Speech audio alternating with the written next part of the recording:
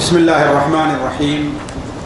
الحمد لله رب العالمين الرحمن الرحيم مالك يوم الدين، ونشهد أن لا إله إلا الله، ونشهد أن سيدنا ومولانا محمدا عبده ورسوله أرسله إلى الناس كافة بشيرا ونذيرا.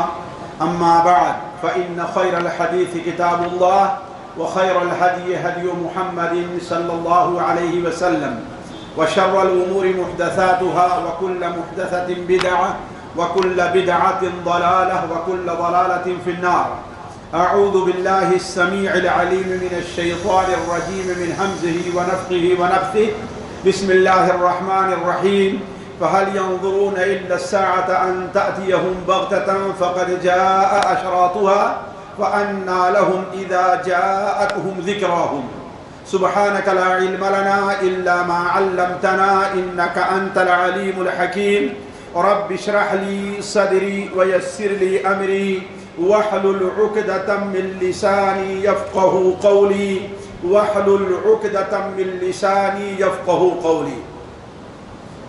عزیز ساتھیوں، پیارے بھائیوں اور پیاری بہنوں، السلام علیکم ورحمۃ اللہ وبرکاتہ۔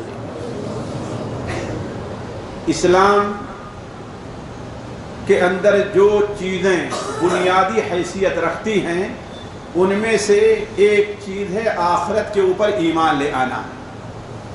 جب تک کسی کا ایمان آخرت پر نہ ہو وہ شخص مسلمان نہیں کہلاتا۔ آخرت پر ایمان لانے میں کئی چیزوں پر ایمان لانا داخل ہے۔ آخرت پر ایمان لانے میں قیامت پر ایمان لانا داخل ہے۔ قیامت پر آخرت پر ایمان لانے میں موت پر ایمان لانا داخل ہے۔ قبر پر ایمان لانا داخل ہے۔ حشر کے میدان پر ایمان لانا داخل ہے۔ جنت اور جہنم پر ایمان لانا داخل ہے۔ آخرت پر ایمان لانے میں جہاں قیامت پر ایمان لانا ہے، قیامت پر ایمان لانے میں کئی چیزیں شامل ہیں۔ قیامت کی نشانیوں پر ایمان لے آنا ہے، قیامت کے واقع ہونے پر ایمان لے آنا ہے، قیامت کس جگہ پر حشر میں جو قائم ہوگا ہے نا وہ اس پر ایمان لے آنا ہے۔ اسی طریقے سے جب ہم یہ کہتے ہیں کہ قیامت کی نشانیوں پر ایمان لے آنا ہے تو اس سے متعلق ہم گویا کی دو باتوں پر ایمان لے آتے ہیں، قیامت کی چھوٹی نشانیوں پر اور قیامت کی بڑی نشانیوں پر۔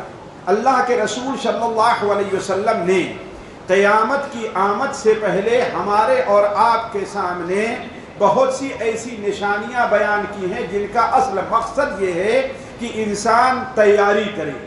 خاص طور پر جب ایسے واقعات دیکھے، آپ اپنی مثال لے لیجئے، ایک انسان ہے، جب انسان بچہ رہتا ہے تو اس کی امنگ کچھ اور رہتی ہے، بڑا ہو جاتا ہے، پڑھتا ہے تو اس کے جذبات اور خواہشات کچھ اور رہتی ہیں، ہے کہ نہیں ہے؟ ان ایام میں اگر کوئی انسان اب عبادت میں کوتاہی کرتا ہے یا اللہ تعالیٰ تک پہنچنے کے جو راستے ہیں ان کے حصول میں کچھ کمی کرتا ہے تو لوگوں کو زیادہ باعث تعجب نہیں ہوتا۔ کیوں؟ اس لیے کہ یہ سمجھ رہے ہیں کہ بھی اس کی، حالانکہ یہ چیز شرعاً مقبول نہیں ہے لیکن لوگوں کے نزدیک یہ چیز کیا ہے؟ کوئی زیادہ باعث عیب نہیں سمجھی جاتی۔ البتہ جب وہ آثار ظاہر ہو جائیں کہ گویا اب اس کی عمر کے آخری لمحات ہیں، بال سفید ہونا شروع ہو جائے، اعضاء کے اندر ڈھیلا پن آ جائے، انسان کی نظریں کمزور ہو جائیں، چلنے پھرنے اور دوڑنے میں وہ طاقت نہ رہ جائے تو اس وقت انسان کیا سمجھتا ہے کہ اب ہمارے موت بالکل قریب ہے، لہذا اس کے لیے تیاری کرنا چاہیے۔ تو اسی طریقے سے جب قیامت کی نشانیاں ظاہر ہو جائیں اور ظاہر ہونا شروع ہو جائیں تو اس کے لیے معنی کیا ہے کہ ہمیں اور آپ کو قیامت کے استقبال کی تیاریاں کرنی چاہیے۔ ہر انسان کے لحاظ سے قیامت اور ہے اور دنیا کے لحاظ سے قیامت اور ہے۔ ہر انسان کے لحاظ سے قیامت یہ ہے کہ اس کی آنکھ بند ہو گئی، قیامت اس پر قائم ہو گئی۔ من مات فقد قامت قیامت، جس کا انتقال ہو گیا اس کی قیامت اب آ گئی ہے۔ البتہ دنیا کے لحاظ سے قیامت کا اللہ تعالیٰ نے ایک وقت متعین کیا ہے، ایک وقت متعین کیا ہے جس کا وقت کسی کو معلوم نہیں ہے، حتیٰ کہ اللہ تعالیٰ کے مقرب بندوں کو، فرشتوں کو اور نبیوں کو بھی اس کا وقت معلوم نہیں ہے کہ قیامت کب آئے گی۔ آج ہمارے ہاں بلا وجہ ایک جھوٹا ایک میسج لوگوں میں کرتے ہیں کہ دنیا کی عمر کتنی ہے، 1500 سال کی ہے نا، پہلے 1000 سال تھی، جیسا کہ بعض امام سیوطی نے پیش کیا۔ یہ ہوتی ہے غلطی کہ اللہ کے رسول کی صحیح حدیثوں پر اعتماد نہ کیا جائے، 1000 سال سے آگے بڑھ گئی۔ مجھے اچھی طریقے سے یاد ہے 1399 جب آیا تو لوگ کہنے لگے بس 1400 جہاں آ گیا تہاں قیامت قائم ہو جائے گی، ہے نا۔ اب 1400 گزرتے 40 سال اور گزر گئے ہیں، 40 سال اور گزر گئے ہیں۔ اب چونکہ 1400 کی صدی اب ختم، 15ویں صدی اب ختم ہونے کے قریب ہوتی جا رہی ہے، تو اب لوگ کہنے لگے ہیں کہ بس دنیا کی عمر 1500 سال اب رہی۔ اللہ کے رسول کے بعد کتنا رہی ہے؟ 1500 سال۔ اب 15 سال پورے ہوں گے تو قیامت آ جائے گی۔ یہ ساری کی ساری جہالت اور لا یعنی باتیں ہیں۔ جب اللہ کے رسول صلی اللہ علیہ وسلم کو اور حضرت جبرائیل کو قیامت کی تاریخ نہیں معلوم ہے تو ہمیں معلوم ہوگی؟ البتہ اللہ تبارک و تعالی نے اس کی کچھ نشانیاں بتائی ہیں قرآن مجید میں، ان کی طرف اشارہ بھی ہے۔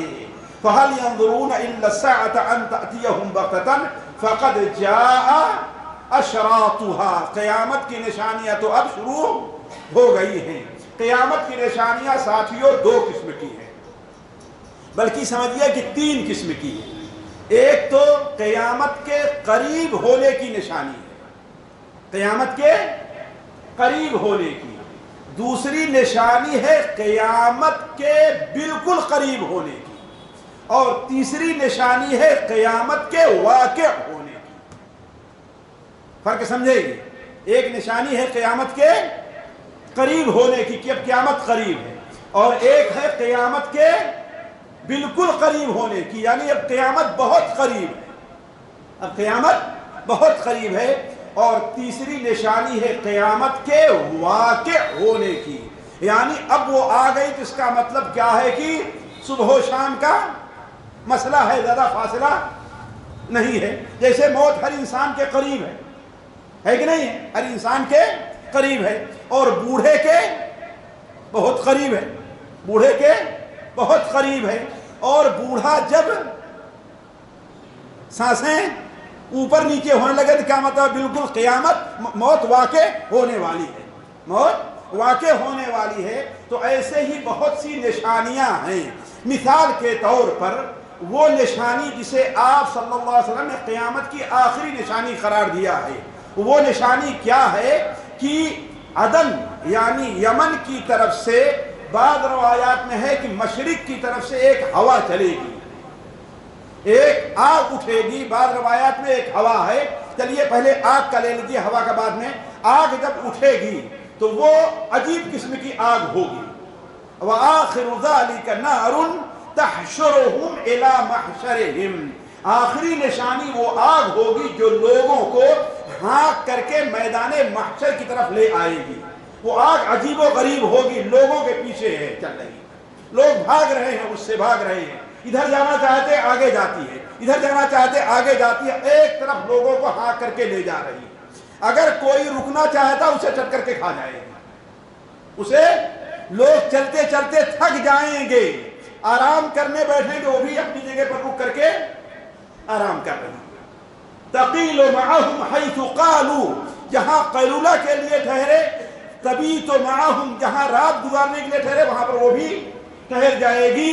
اور جو آدمی بالکل عاجزی دکھائے گا کہ میں چل ہی نہیں سکتا، اسے آگ چڑھ کر کے کھا جائے گی، یہاں تک کہ وہ آگ سب کو ہنکا کر کے لے آئے گی۔ اور ارض محشر جسے اور منشر قرار دیا ہے اللہ تبارک و تعالیٰ نے، یعنی شام کے علاقے میں، وہاں لا کر کے سب کو جمع کر دے گی، اور پھر وہی لوگوں کے اوپر سور پھونکا جائے گا۔ تو جب وہ نشانی ظاہر ہو جائے گی، گویا یہ نشانی ہے قیامت کے واقع ہونے کی نشانی، قیامت کے واقع، گویا اب قیامت بالکل واقع ہونے والے۔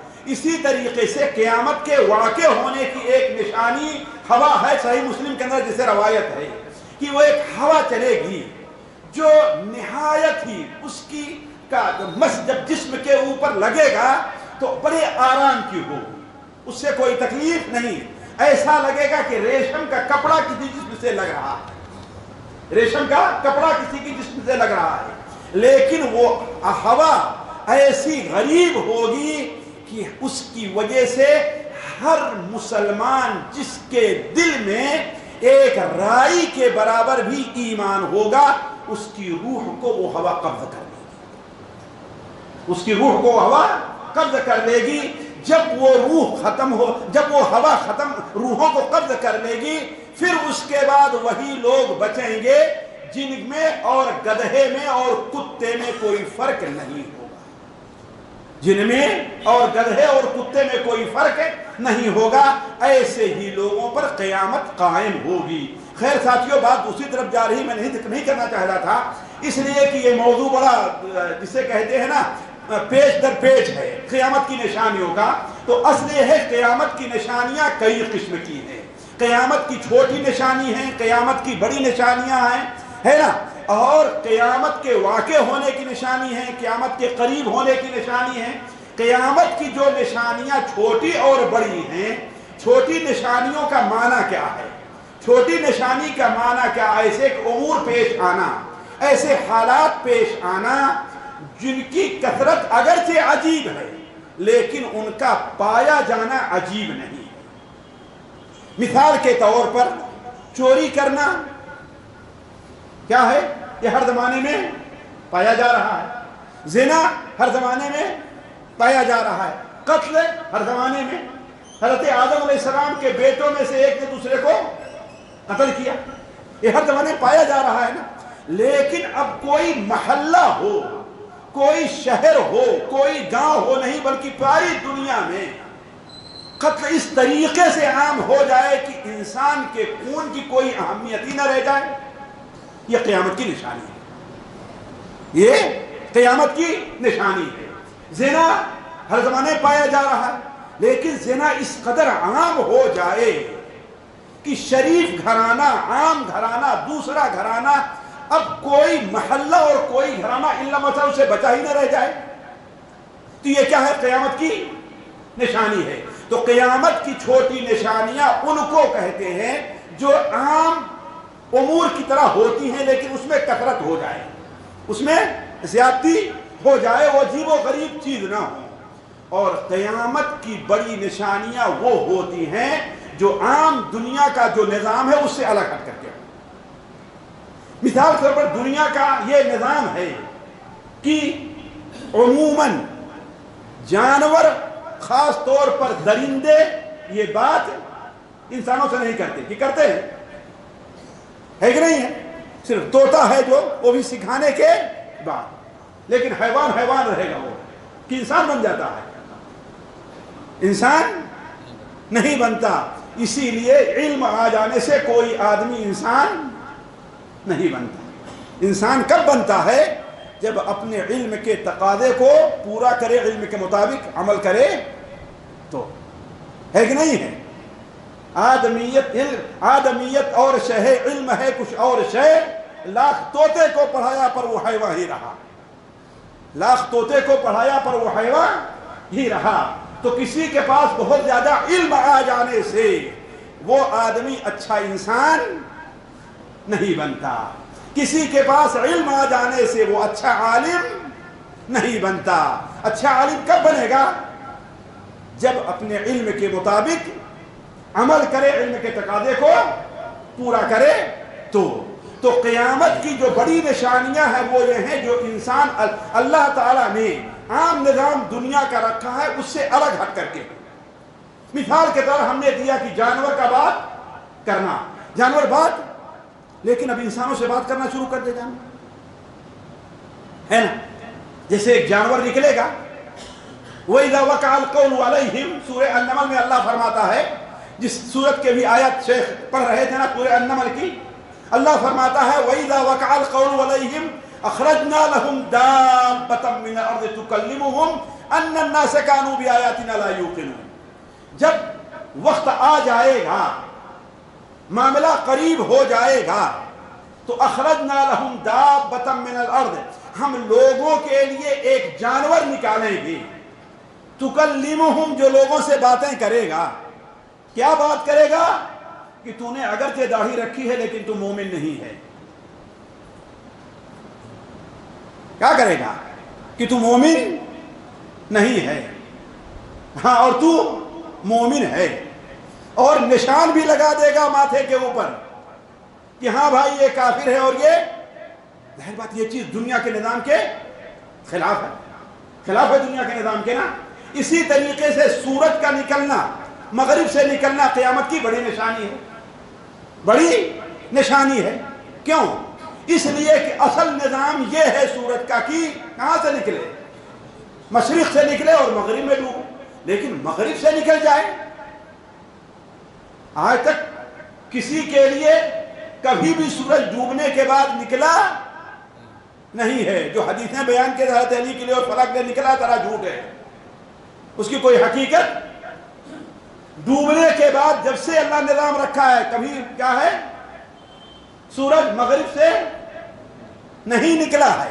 یہ ہے کہ بعد نبیوں کے اللہ تعالیٰ نے سورج کی رفتار کو اپنی جگہ پر روک دیا تھا. آج نبی کے لیے اللہ نے کیا کیا تھا؟ وہ روک دیا تھا. یہ نہیں ہے کہ اس کو دوبارہ پلٹا کر کے لایا تھا. لیکن قیامت کی جب بالکل قریب ہونے کا، بالکل قریب ہونے، یہ قیامت کے قریب، بالکل قریب ہونے کی نشانی ہے. بالکل قریب ہونے کا وقت آئے گا تو ایک ایسا وقت آئے گا کہ لوگ رات کو سوئیں گے، صبح ہو ہی نہیں رہی ہے، صبح ہو ہی نہیں رہی ہے، پریشان ہو رہے ہیں لوگ. یہاں تک کہ دوپہر کا وقت ہو جائے گا، لوگ گھبرا جائیں گے. تو پھر کیا دیکھیں گے؟ سورج مشرق کے بجائے کدھر سے نکل رہا ہے؟ مغرب سے نکل رہا ہے. اب ہمارا جو موضوع آج کا ہے، جس پہ تاخیر ہو گئی اور میں اس کو نہیں چھڑاتا، وہ ہے کہ امام مہدی آیا یہ قیامت کی بڑی نشانی ہے کہ چھوٹی نشانی ہے؟ جی کیوں بھائی؟ کسی انسان کا حاکم بن جانا لوگوں کو چھوٹی ہے بڑی ہے؟ عجیب. دنیا میں سارے حاکم ہیں. جی اصل یہ ہے کہ امام مہدی کی جو کا خروج ہے، یہ قیامت کی نہ چھوٹی نشانی ہے نہ بڑی نشانی ہے. میری اپنی سمجھ ہے یہ چھوٹی اور بڑی نشانیوں کا برزخ ہے. چھوٹی اور بڑی نشانیوں کا برزخ ہے. جب امام مہدی کا ظہور ہو جائے گا تب اس کے بعد سے بڑی نشانیوں کا سلسلہ اب شروع ہو جائے گا. ورنہ اصل یہ ہے کہ امام مہدی ان کا ظہور، اس کی جو چیزیں ہیں، جو صورتحال ہے، وہ قیامت کی چھوٹی نشانیوں کے طریقے سے ہے. قیامت کی چھوٹی نشانی کیوں؟ اس لیے کہ کسی مصلح کا اٹھنا، کسی حاکم کا اٹھنا، اس کے لیے کرامت کا ظاہر ہو جانا، اس کے لیے اس کے ہاتھ سے کرامت کا، یہ چیز دنیا میں ہمیشہ پائی گئی ہے، ہمیشہ پائی گئی ہے. تو امام مہدی کا ظہور قیامت کی جو چھوٹی اور بڑی نشانیاں ہیں، ان دونوں نشانیوں کا برزخ ہے. یعنی امام مہدی کے ظہور کے بعد چونکہ ہمارے بہت سے لوگ قیامت کی جو نشانیاں ہیں ان پر علمی طور پر نظر نہیں رکھتے، بہت سے لوگ جذباتی طور پر اور اپنے علماء اور اپنے بڑوں کی بتائی ہوئی باتوں پر اندھی تقلید کے طور پر نظر رکھتے ہیں. اس لیے مسئلہ سمجھ میں نہیں آتا. اگر علمی طور پر نظر رکھیں اس پر تو مسئلہ سمجھنے میں اللہ کی قسم کوئی پریشانی نہیں، بڑی آسانی سے لوگ سمجھ سکتے ہیں. تو امام مہدی کا ظہور قیامت کی نشانیوں میں سے چھوٹی اور بڑی نشانیوں کا کیا ہے؟ برزخ ہے. جہاں تک ان کے قیامت کی نشانی ہونے کا تعلق ہے، اس میں کوئی شک نہیں ہے کہ وہ قیامت کی بڑی اہم نشانی ہے. قیامت کی بڑی اہم نشانی ہے اور ان کی آمد یقینی ہے. ان کی آمد یقینی ہے. نبی کریم صلی اللہ علیہ وسلم کی حدیث ہے کہ لو لم یبقى، سنن ابو داؤد میں ہے، اگر قیامت کی آمد میں ایک دنیا کے ختم ہونے میں ایک دن بھی باقی رہ جائے، مثال کے طور پر، تاکیدی طور پر، تو ضرور بھی ضرور اللہ تعالی ہماری نسل سے، ہماری ذریت سے ایک شخص کو پیدا کرے گا جو اس دنیا کی اصلاح کرے گا۔ تو قیامت کی نشانی میں حضرت مہدی کی آمد یہ ایک ضروری چیز ہے، اور یہ بھی مسئلہ ہے کہ قیامت کی نشانی میں سے حضرت مہدی کی جو آمد ہے اس کو سمجھنے کے لیے سب سے پہلے ساتھیوں ہمیں اس پر غور کرنا چاہیے، ان حدیثوں کے اوپر جو حدیثیں امام مہدی سے متعلق وارد ہیں، کسی ایک حدیث پر نہیں بلکہ تمام حدیثوں پر۔ سب سے پہلے ہم یہ غور دیکھتے ہیں کہ حدیثوں سے کیسا معلوم ہوتا ہے کہ امام مہدی کی آمد سے پہلے دنیا کی کیا حالت ہوگی، دنیا کی کیا حالت ہوگی۔ اس کو اگر ہم سمجھ گئے تو امام مہدی کے مسئلے کو سمجھنا بڑا آسان ہوگا، ورنہ اللہ کے رسول صلی اللہ علیہ وسلم کے انتقال کے ابھی 50 سال بھی نہیں گزرے تھے کہ لوگوں نے مہدی ہونے کا دعویٰ شروع کر دیا تھا۔ ابھی 50 سال بھی نہیں گزرے تھے کہ لوگوں نے دعویٰ شروع کر دیا تھا۔ عربیوں نے بھی دعویٰ کیا، اجمیوں نے بھی کیا، سوڈانیوں نے بھی کیا، ہے کہ نہیں ہے؟ کیوں پیچھے رہے؟ ہمارا ہندوستان کیوں پیچھے رہے؟ ان لوگوں نے دعویٰ کیا، پہلے بھی کیا اور آج بھی دعویٰ کر رہے ہیں کہ مہدی میں آیا ہوا ہے کہ نہیں؟ آج بھی ہے نا؟ آپ کے قریبی ہے کہ محلے نہیں، قریبی شہر میں آپ کے کوئی دعویٰ کر رہا ہے کہ ہاں بھائی ہم مہدی ہیں، ہم مہدی ہیں، تو یہ سلسلہ برابر ہے۔ لیکن اگر ان احادیث کے اوپر غور کیا جائے، کیوں؟ اس لیے کہ نبی کریم صلی اللہ علیہ وسلم جو چیز جس حیثیت سے بچائے اسے اسی حیثیت سے قبول کرنا چاہیے۔ تو آپ صلی اللہ علیہ وسلم کی حدیثوں کو دیکھا جائے کہ آپ نے جہاں مہدی کا تذکرہ کیا ہے تو مہدی کی آمد سے پہلے آخر دنیا کے کچھ حالات ہوں گے، وہ بھی آپ نے کچھ بتایا ہے کہ نہیں بتایا؟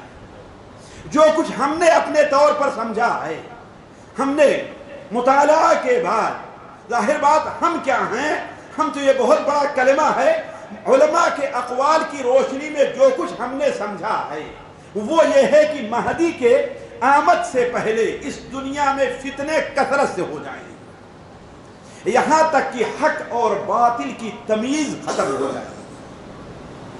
حق کا دعویٰ کرنے والی جو جماعت ہوگی ان میں بھی باطل کا دخول ہو جائے گا، باطل داخل ہو جائے گا۔ یہاں تک کہ ایک انسان صبح کو تو مومن رہے گا ایک چیز کا عقیدہ رکھتے ہوئے، لیکن شام ہوتے ہوتے دنیا کے ایسے حالات گڑبڑ ہوں گے کہ وہ اپنا نظریہ بدل دے گا اور کافر ہو جائے گا،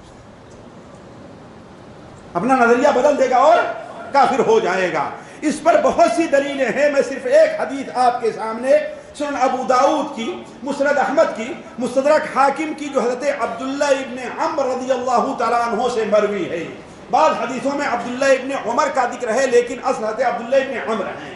حضرت عبداللہ ابن عمر سے مروی ہے، وہ بیان کرتے ہیں کہ نبی کریم صلی اللہ علیہ وسلم ہمارے پاس بیٹھے ہوئے تھے، ہم آپ کی مجلس میں تھے کہ آپ نے فتنوں کا ذکر فرمایا، فَأَكْثَرَ مِن ذِكْرِهَا، اور فتنوں کا باکثرت سے آپ نے ذکر فرمایا۔ پھر اس کے بعد آپ صلی اللہ علیہ وسلم نے یہاں تک کہ فتنۃ الاحلاس کا ذکر فرمایا۔ احلاس حلس کی جمع ہے جس کے معنی ہوتا ہے چٹائی کی، جس کے معنی کیا ہوتا ہے؟ چٹائی کی۔ اس سے مراد یہ ہے کہ جس طریقے سے انسان جب چٹائی پر بیٹھتا ہے تو چٹائی اس کے جسم سے بالکل چپک جاتی ہے، ایسے ہی وہ فتنہ انسان کی زندگی کے ساتھ ہو جائے گا۔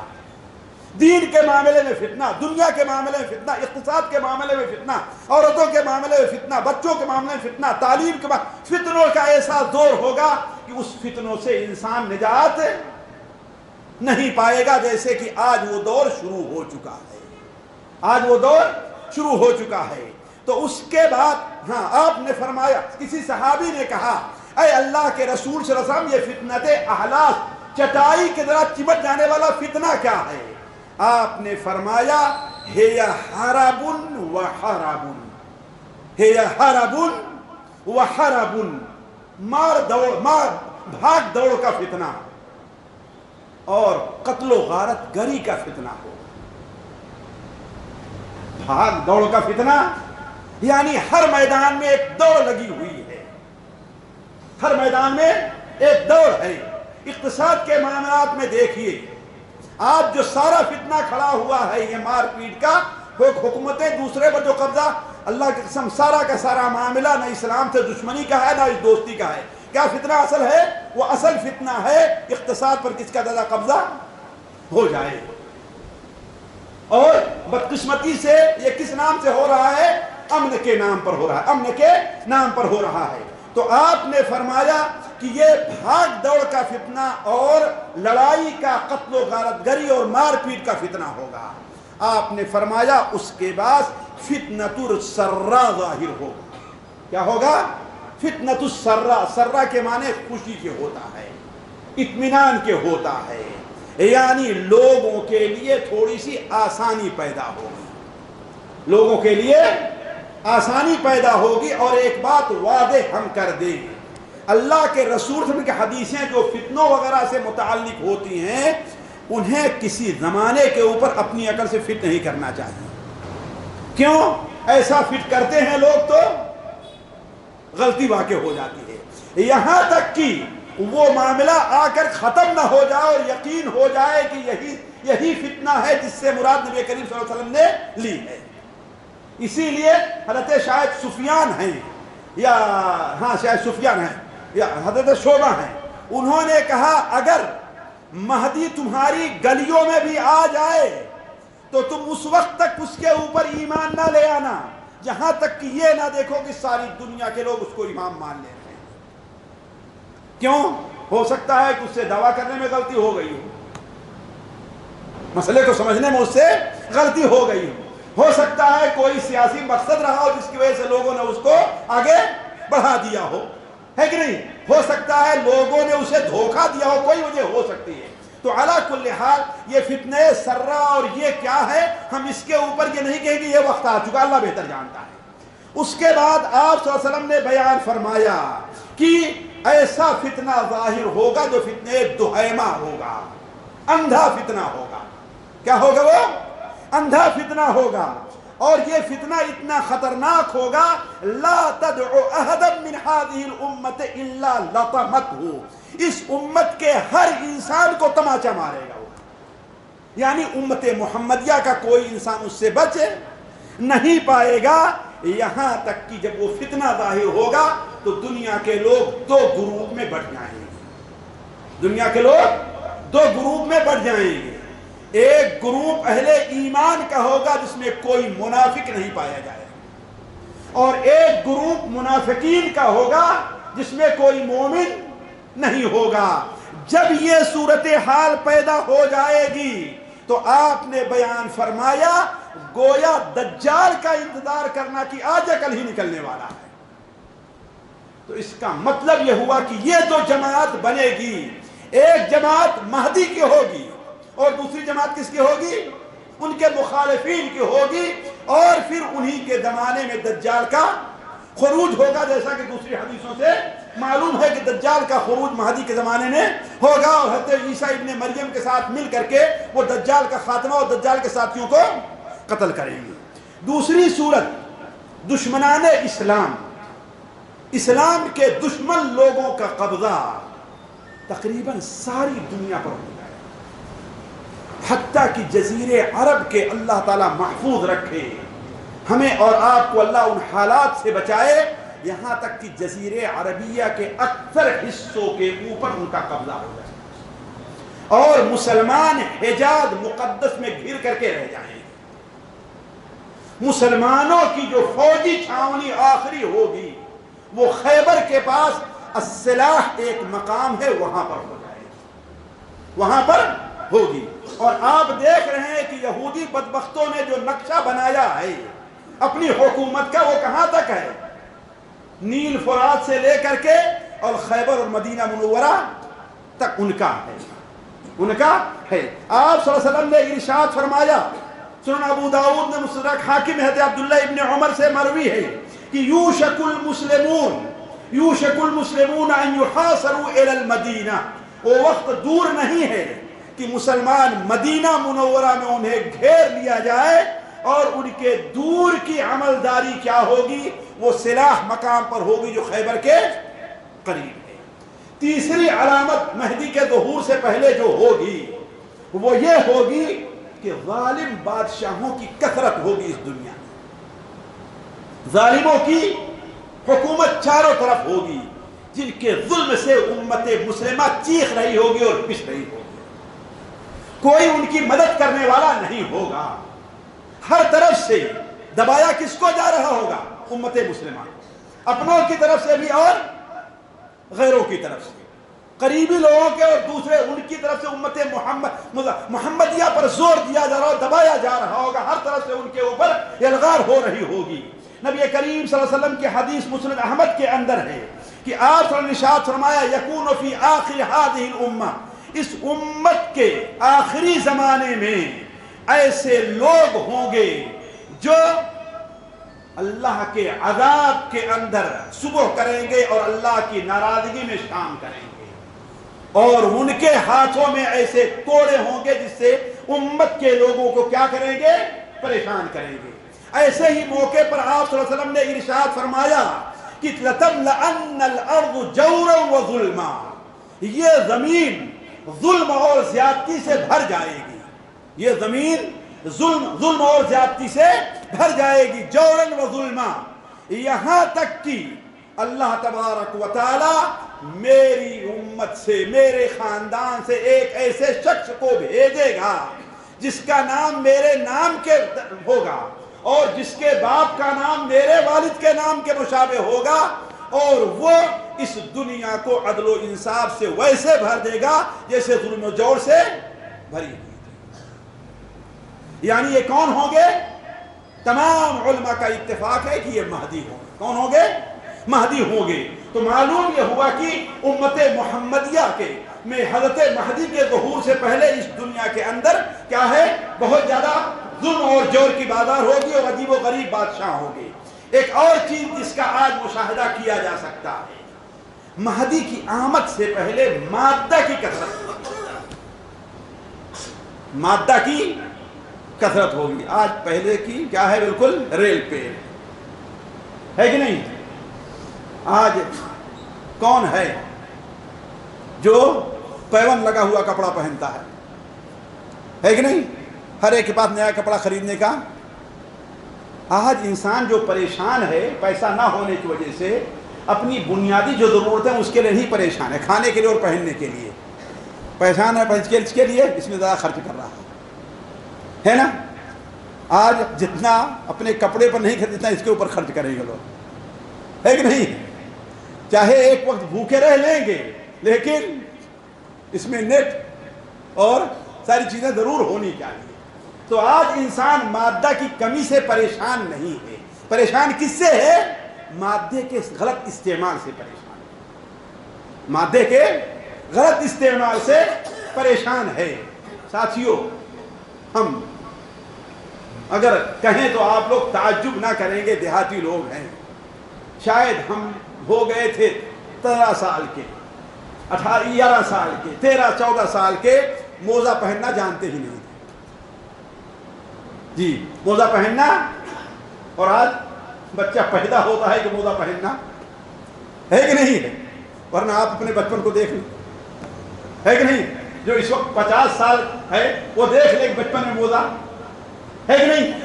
اور شاید ہی کوئی ہو جو پیبند لگا کپڑا نہ پہنتا ہو، ہے کہ نہیں؟ اور آج اس کی ضرورت ہی نہیں پڑتی ہے۔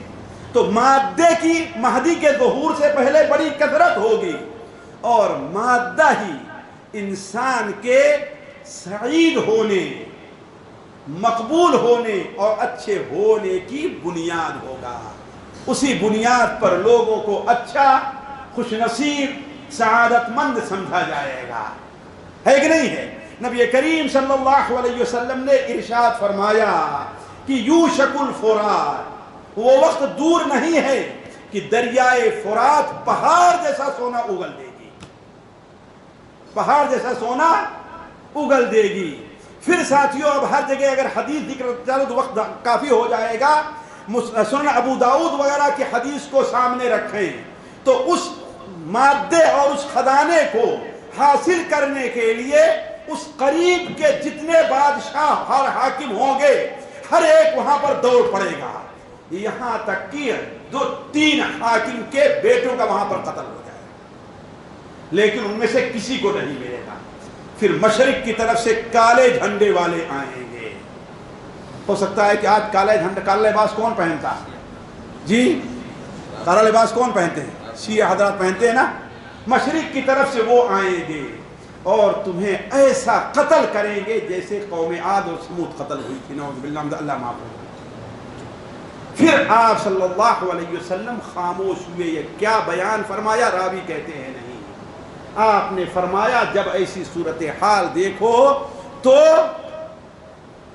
مہدی اس میں ہوں گے۔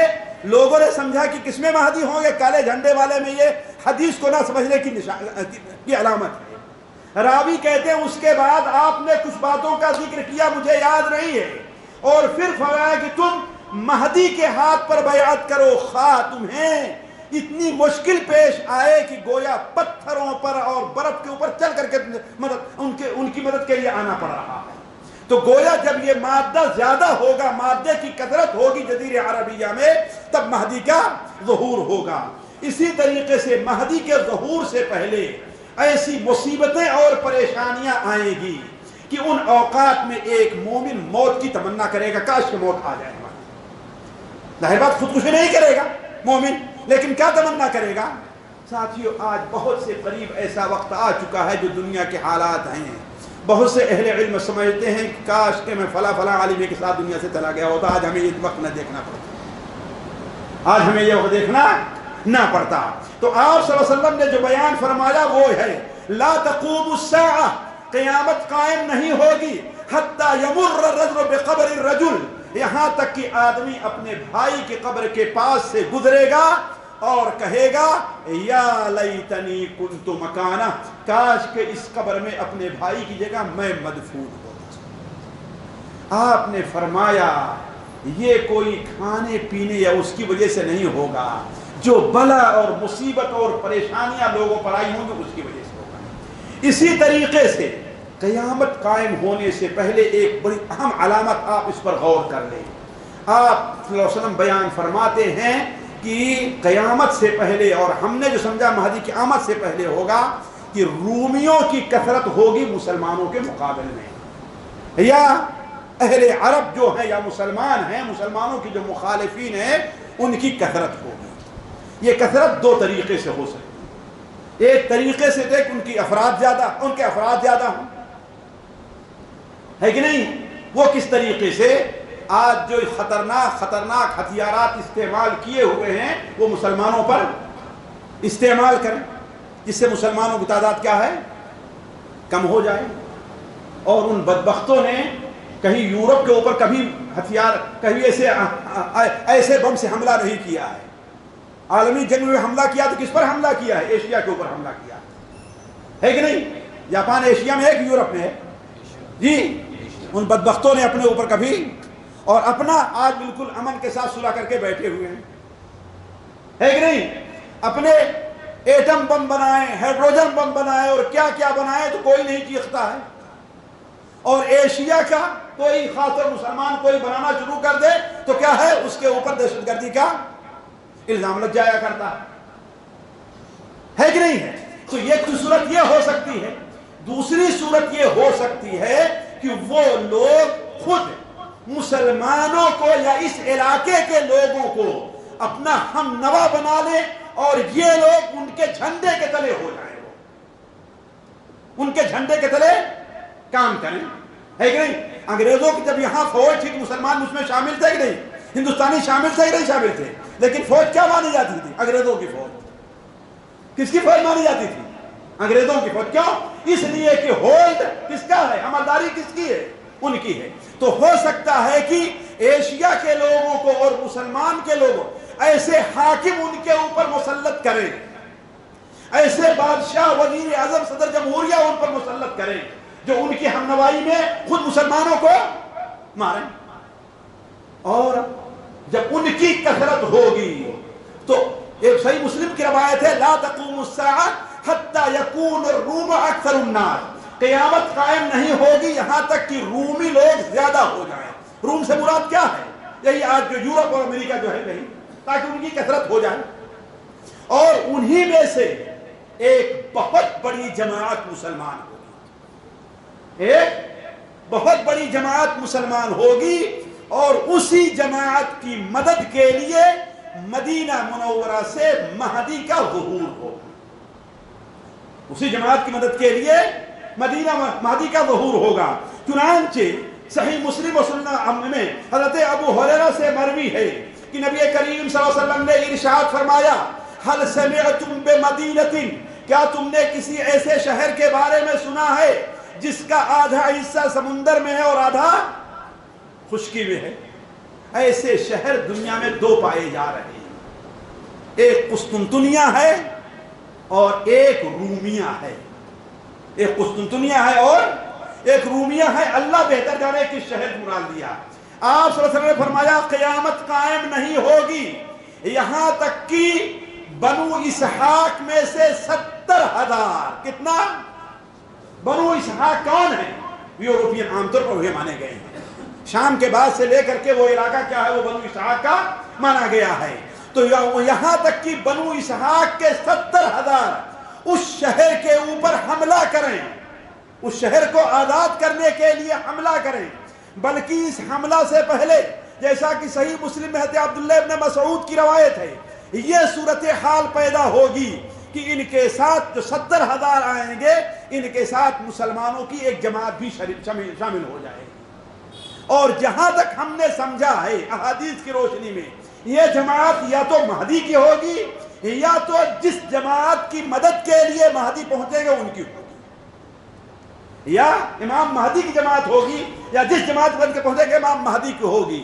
تو جب مسلمان ادھر روم اس طرف سے اور مسلمان اس طرف سے اور 70,000 رومی اس طرف سے اکٹھا ہوں گے، تو ادھر کے رومی یہود اور نصارہ اور ان کے ہمنوا جتنی فوج ہے کہیں کہ اے مسلمانوں ہم تم سے نہیں لڑنا چاہتے، یہ ہم میں سے 70,000 جو بے دین ہو گئے ہیں ان کے ساتھ ہمیں نپٹ لینے دو اور تمہاری کوئی لڑائی نہیں ہے.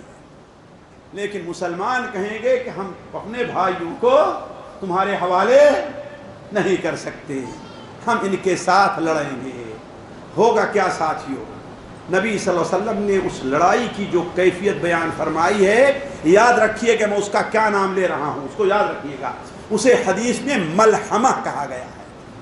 ابھی آگے جو حدیث متعلق میں بات کہوں گا یہ لفظ آئے گا، آپ لوگ یاد رکھ لیں گے. آپ نے کیا فرمایا؟ اس کا نام کیا لیا ہے؟ ملحمہ. ملحمہ کے معنی کیا ہوتا ہے؟ اصل میں لحم کیا ہے؟ گوشت، یعنی گوشت ہی گوشت چاروں طرف پڑا ہوا. ملحمہ کہتے ہیں ایسی لڑائی کو جس میں قتل اور خوریزی بے شمار، مقتولین کا شمار نہ کیا جا سکے، کتنے لوگ مرے ہیں ان کو گنا نہ جا سکے. آپ صلی اللہ علیہ وسلم نے ارشاد فرمایا، صحیح مسلم میں حضرت عبداللہ ابن مسعود کی روایت ہے کہ جب مقابلہ شروع ہوگا تو مسلمانوں کی ایک جماعت نکلے گی اور یہ شرط لگائے گی کہ جب تک ہم یا جیتیں گے یا تو اپنی جان قربان کر دیں گے، ہم واپس نہیں آئیں گے. لڑائی شروع ہوگی. لڑائی ہوتے ہوتے ہوتے ہوتے ایک وقت گزر گیا، رات آ گئی. دونوں میں سے کوئی فوج نہیں جیتے گی، لیکن مسلمانوں میں سے بہت سے کم لوگ ہوں گے جو زندہ ہو کر کے واپس آ پائیں. پھر دوسرے دن پھر مسلمان شرط لگائیں گے، اپنی ایک فوج تیار کریں گے کہ آج بھی یا تو ان سے لڑنا ہے، ان کو ہرانا ہے، یا تو اللہ کے راستے میں شہید ہو جانا ہے. چنانچہ پھر مٹ بھیڑ ہوگی اور شام ہو جائے گی، رات ہو جائے گی. دونوں فوجیں میں سے کسی کی جیت نہیں ہوگی اور مسلمانوں میں سے کتنے لوگ شہید ہو جائیں. آخری فوج نکلے گی. آپ نے بیان فرمایا کہ مدینہ شہر سے یا مدینہ سے کچھ لوگ ان کی مدد کے لیے آئیں گے، مدد کے لیے آئیں گے. اب جب وہ لڑائی شروع کریں گے تیسرے دن تو اللہ تعالیٰ ان کو فتح دے گا اور قسطنطنیہ رومیہ میں وہ داخل ہو جائیں گے. وہ داخل ہو جائیں گے. فتح تو ہو جائے گی، لیکن جب شام کو بیٹھیں گے تو کوئی آدمی اس فتح سے خوش نہیں ہو. نہ جو کچھ مال غنیمت ملا ہے اس سے خوش ہوگا۔ صحابہ نے کہا اے اللہ کے رسول کیوں نہیں خوش ہوں گے؟ کہا خوش کیسے ہوں گے؟ ایک خاندان والے اپنے لوگوں کو شمار کرنے لگیں گے تو اس خاندان کے 100 میں سے ایک آدمی بچا ہوگا، باقی سارے شہید ہو گئے۔ اتنی بڑی خونریز لڑائی ہوگی، وہ لوگ آپس میں بیٹھے بیٹھے مشورہ کر رہے ہوں گے کہ اچانک شیطان یا اس کی طرف سے کوئی چلائے گا، ارے بے وقوفو تم لوگ مال غنیمت جمع کر رہے ہو، تمہارے اہل و عیال میں دجال پہنچ چکا ہے۔ وہ لوگ سارا کچھ وہیں پر چھوڑ کر کے بھاگ کھڑے ہوں گے، اپنے شہر میں آئیں گے ادھر شام کی طرف، اور جب آئیں گے تو معلوم ہوگا کہ یہ خبر جھوٹی تھی، لیکن تھوڑے ہی دن گزریں گے تو معلوم ہوگا کہ اب دجال کا خروج ہو چکا ہے، اب دجال کا خروج ہو چکا ہے۔ تو کہنے کا مطلب یہ ہے کہ مسلمانوں کو کثرت ہوگی اور ان کی بڑی لڑائی ہوگی۔ علی کل حال یہ بات لمبی ہو گئی۔ یہ صورتحال ساتھیوں پیدا ہوگی کہ اس دنیا کے اندر اللہ تبارک و تعالی ایک مرد مجاہد کو پیدا کرے گا جو ان حالات سے نپٹے گا، جیسا کہ مسند احمد میں اور مسند ابو یعلا میں حضرت ابو سعید خدری سے مروی ہے کہ نبی کریم صلی اللہ علیہ وسلم نے ارشاد فرمایا ان حالات کو پڑھ کر کے اور سن کر کے تم پریشان نہ ہو، ابشرکم بالمہدی، میں تمہیں مہدی کی آمد کی خوشخبری دے رہا ہوں، یبعث فی امتی علی اختلاف من الناس وزلازل، ہماری امت کے اندر اس وقت ظاہر ہوں گے جب ہر طرف سے اختلاف ہوگا، ہر طرف سے لوگ ایک دوسرے سے لڑ رہے ہوں گے، زلزلوں کا زمانہ ہوگا، لیکن وہ آ کر کے زمین کو اس طریقے سے عدل و انصاف سے بھر دے گا جیسے وہ ظلم و ستم سے بھری ہوئی تھی۔ اب آتے ہیں مہدی کے اصل موضوع کی طرف۔ ساتھیوں دیکھیے، مہدی کے بارے میں چند باتوں کو پر غور کرنا چاہیے۔ پہلی چیز تو یہ ہے کہ مہدی جو ہوں گے وہ اللہ کے رسول صلی اللہ علیہ وسلم کی نسل سے ہوں گے، ایک بات۔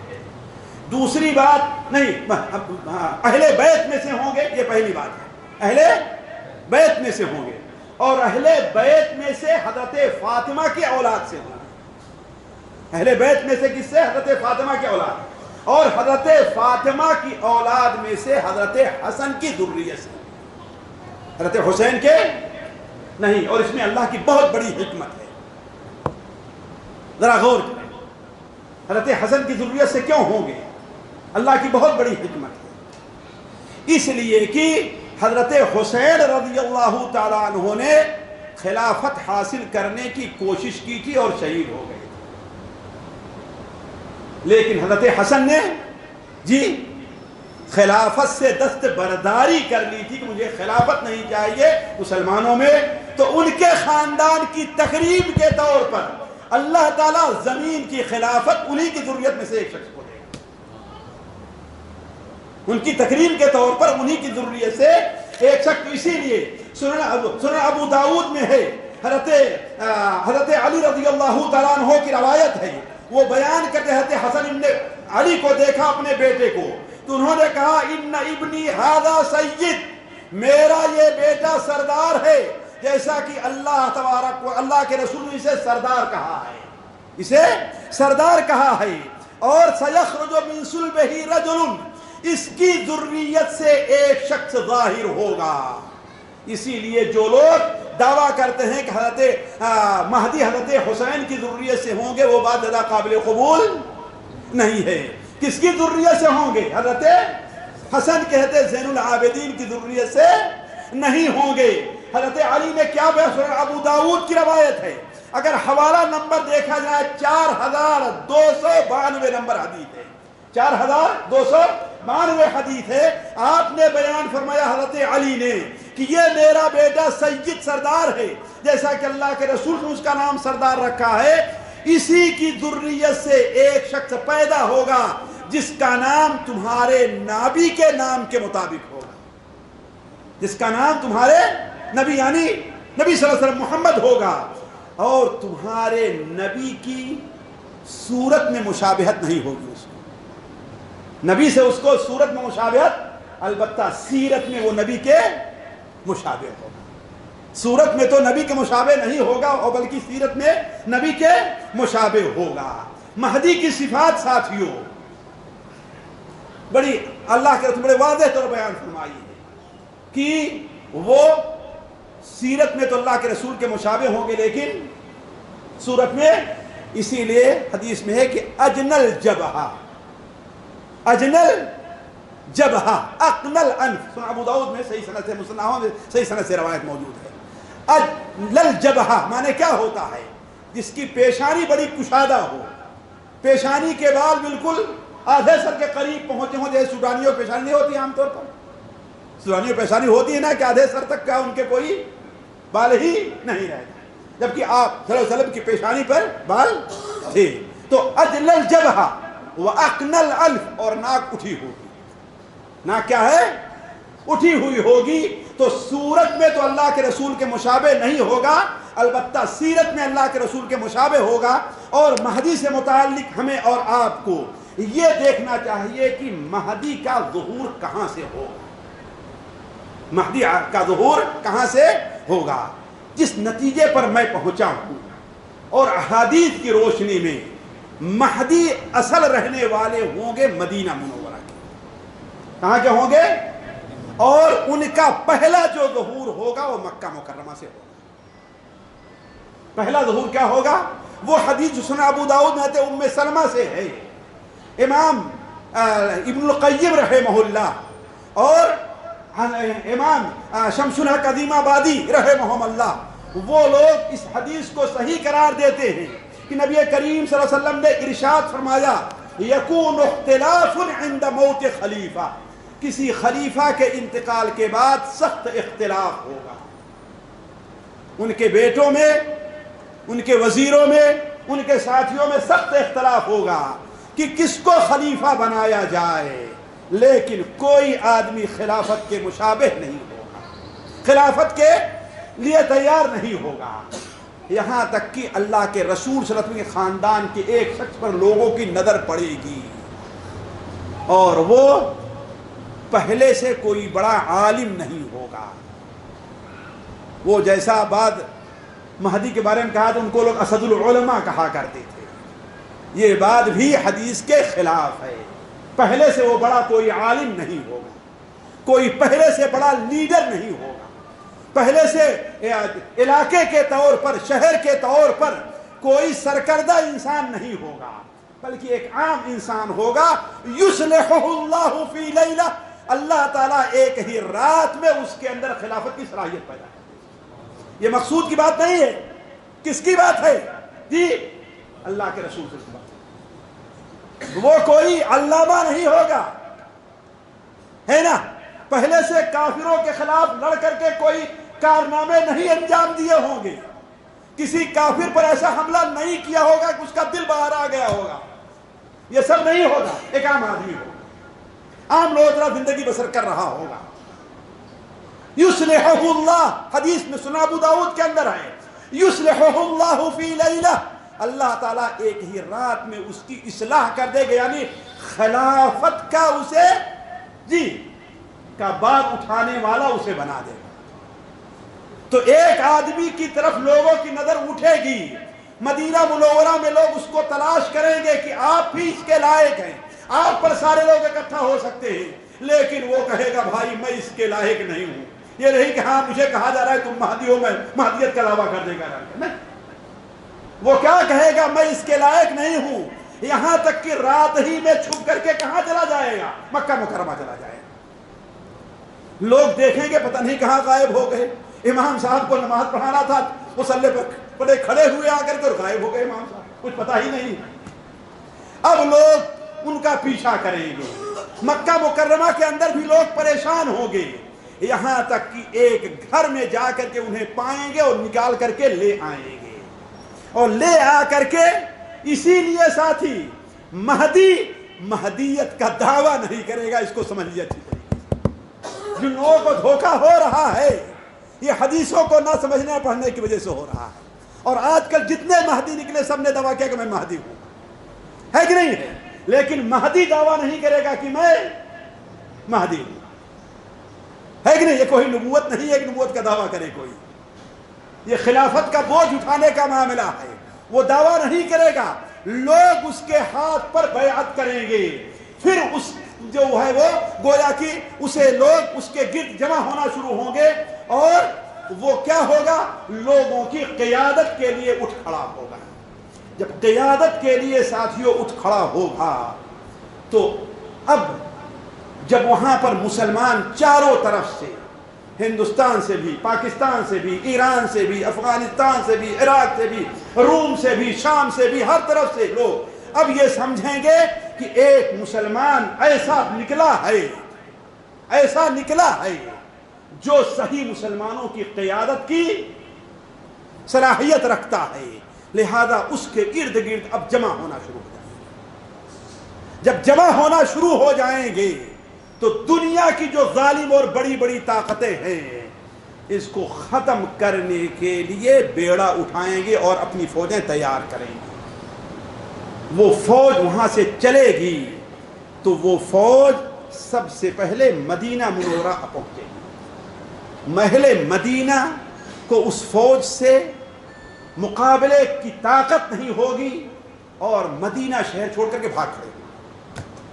آپ نے بیان فرمایا حتی الکلاب، یہاں تک کہ کتے مسجد نبوی میں منبر کے پاس آ کر کے گندگیاں مچائیں گے۔ چنانچہ امام مالک رحمہ اللہ اپنی کتاب موطا کے اندر نقل کرتے ہیں، حضرت ابو ہریرہ سے مروی ہے کہ رسول اللہ صلی اللہ علیہ وسلم نے فرمایا لَتَتْرُكُنَّ الْمَدِينَةَ عَلَىٰ أَحْسَنِ مَا كَانَتْ، تم لوگ مدینہ کو ایسے حالت میں چھوڑو گے مدینہ بڑا اچھا ہوگا، یہاں تک کہ کتے اور بھیڑیے مسجد نبوی میں داخل ہو کر کے مسجد کے منبر اور کھمبوں کے پاس کیا کریں گے؟ گندگی مچائیں گے۔ پھر اس کے بعد یہ بات میں کیوں کہہ رہا ہوں؟ اس لیے کہہ رہا ہوں کہ نبی کریم صلی اللہ علیہ وسلم نے جیسے سنا ابو داؤد میں معاذ بن جبل کی روایت ہے، آپ نے بیان فرمایا ہے، کیا بیان فرمایا؟ عمران و بیت المقدس خراب و یثرب۔ ابھی ہم نے ایک اشارہ کیا تھا، ذرا پڑھے لکھے ذرا اس پر غور کریں گے۔ عمران و بیت المقدس خراب و یثرب، وخراب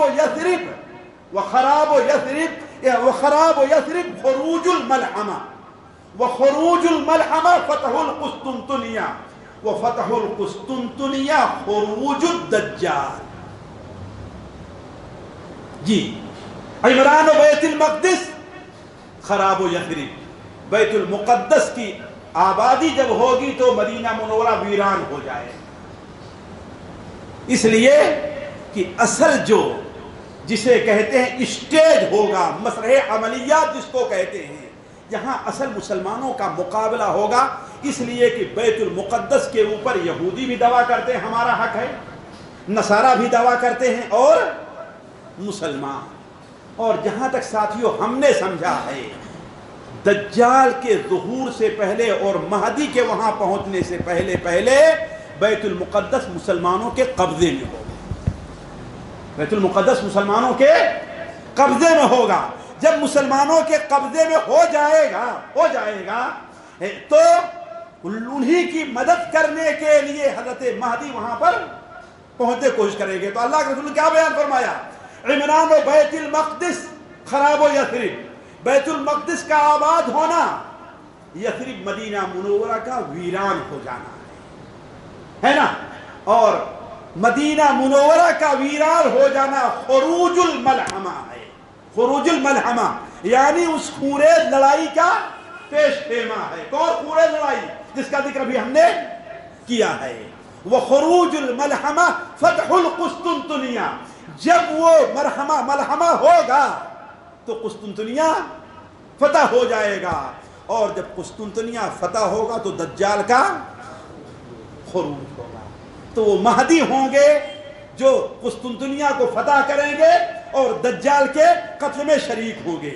اسی طریقے سے اللہ تبارک و تعالی کے فضل سے جب مہدی مکہ مکرمہ میں اپنی حکومت کا اعلان کریں گے، یہ 4 سال کے بعد ہو جائے، 10 سال، 15 سال، 20 سال، اس کے لیے کوئی تاریخ متعین نہیں کی جا سکتی۔ یہ علم کس کے پاس ہے؟ عالم الغیب والشہادہ کے پاس۔ تو جب مدینہ منورہ سے یہ فوج گزرے گی، جس کو چھوڑ کر اہل مدینہ آگے بھاگ جائیں گے، جب آگے بڑھیں گے مدینہ منورہ سے تقریباً 5-6 یعنی بلکہ 8 کلومیٹر دور، 8 کلومیٹر ایک علاقہ ہے جسے بیدا کہا جاتا ہے، بیدا۔ آج تو آہستہ آہستہ آبادی ہوتی ہے، میں نے بالکل مدین جب وہاں پہنچے گی تو یہ فوج جو مہدی سے لڑنے کے لیے جا رہی ہوگی، یہاں اللہ تعالیٰ مہدی کی پہلی کرامت کا ظہور کرے گا۔ وہ فوج جیسے ہی وہاں پر پہنچے گی ٹھہرے رہیں گے کہ زمین ساری کے ساری فوج کو نگل جائے گی، ساری فوج کو نگل جائے گی۔ نبی کریم صلی اللہ علیہ وسلم کی حدیث صحیح مسلم کے اندر ہے، صحیح مسلم میں ہے، آپ نے بیان فرمایا یعود عائد بالبیت، بعض روایت میں قریش کا ایک شخص ہے، البیت یعنی خانہ کعبہ مکہ مکرمہ مسجد حرام میں پناہ لے گا۔ یعود، اس حدیث کو امام ابو داؤد وغیرہ نے مہدی کے ذکر میں لکھا ہے۔ کس کے ذکر میں؟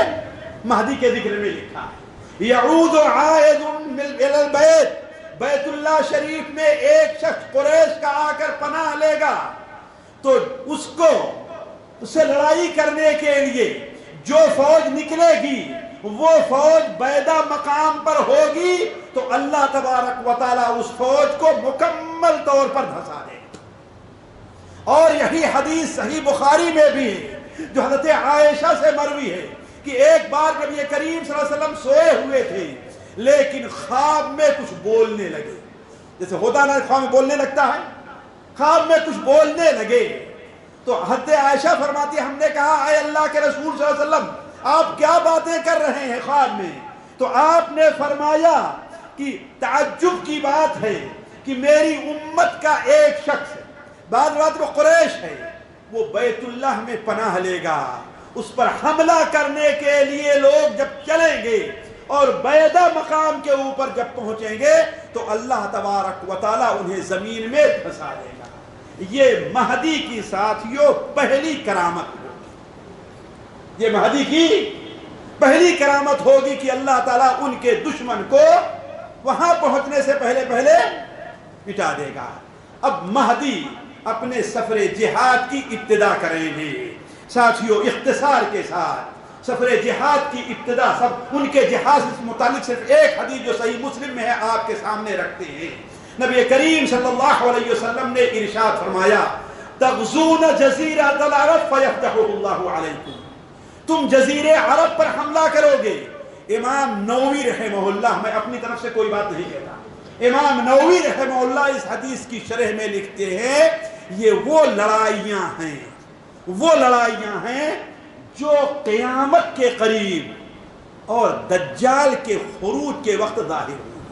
وہ پہلے جو صحابہ نے لڑائیاں کہ وہ لڑائیاں نہیں ہیں، یہ کون سی لڑائیاں ہیں؟ جو دجال کے خروج سے پہلے۔ تو آپ صلی اللہ علیہ وسلم نے ارشاد فرمایا تغزون جزیرۃ العرب، جزیرے عرب پر تم لوگ حملہ کرو گے اللہ تمہیں کامیاب کرے گا، پھر فارس کے اوپر حملہ کرو گے اللہ تمہیں کامیاب کرے گا، پھر روم پر حملہ کرو گے اللہ تمہیں کامیاب کرے گا، پھر دجال پر حملہ کرو گے اللہ تمہیں کامیاب کرے گا۔ یہ 5 چیزیں آپ غور کر لیں جی۔ جزیرے عربیہ پر گویا کہ یہ مہدی کی جہادی زندگی ہوگی، وہ مسلمانوں کو نجات دینے کے لیے نکلیں گے۔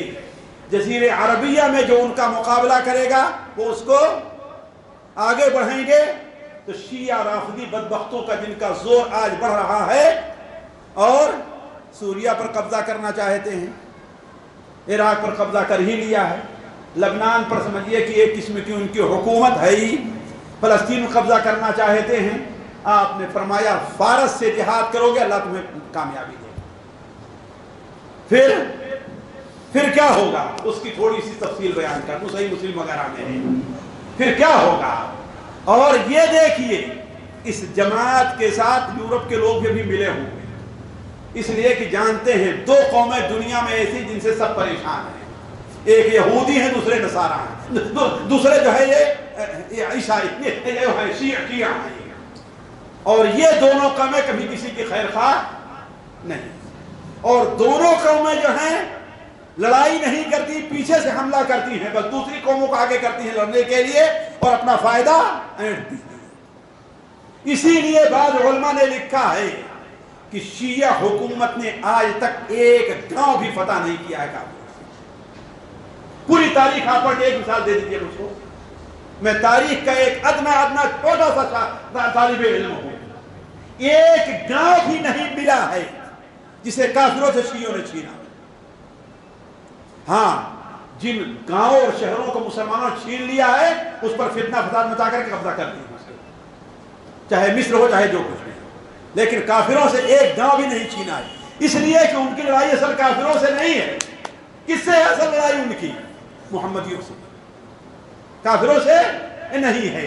تو جزیرے عربیہ پر، پھر کس پر؟ فارسی پر۔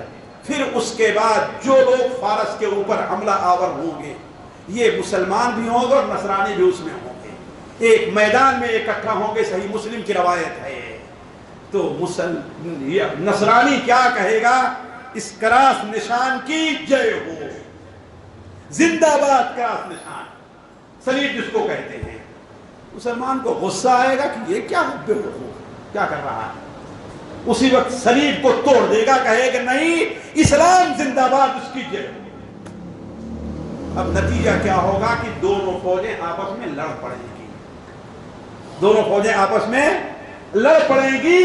تو یہی ہے فتح فارس، خروج الملحمہ۔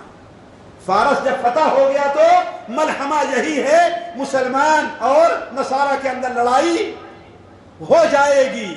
اب ادھر یہود کا خاتمہ ہو چکا، نصارہ کا خاتمہ ہو چکا، اب ہر طریقے سے جہاں مسلمانوں کا قبضہ ہوگا تو دجال کا اسی پر ناراض ہو کر کے دجال کا خروج ہوگا۔